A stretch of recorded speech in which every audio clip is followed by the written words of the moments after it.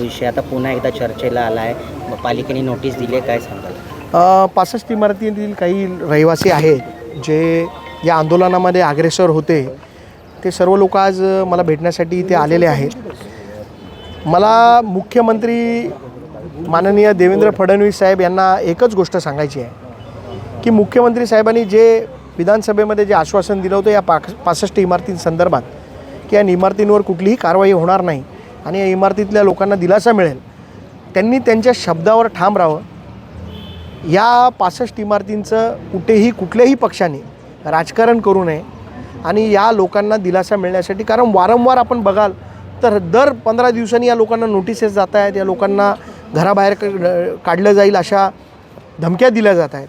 माझी प्रशासनाला एवढीच विनंती आहे की मुख्यमंत्र्यांनी दिलेला शब्द, म्हणजे मुख्यमंत्र्यांची काही किंमत आहे की नाही प्रशासनाच्या नजरेमध्ये. मुख्यमंत्री जेव्हा सांगतात की या इमारतींना आम्ही रेग्युलराईज करू, तेव्हा प्रशासनाची हिंमतच कशी होते या लोकांना नोटिसेस देण्याची. माझी प्रशासनाला विनंती आहे की आपण या मुख्यमंत्र्यांनी दिलेला शब्द पाळावा आणि या लोकांच्या ज्या दिलेल्या नोटीस आहेत ते त्वरित आपण मागे घ्याव्या, नाहीतर याच्यावरती आम्हाला न्यायालयात जावं लागेल आणि मुख्यमंत्र्यांच्या दरबारात देखील आम्ही या गोष्टीसाठी जाऊ.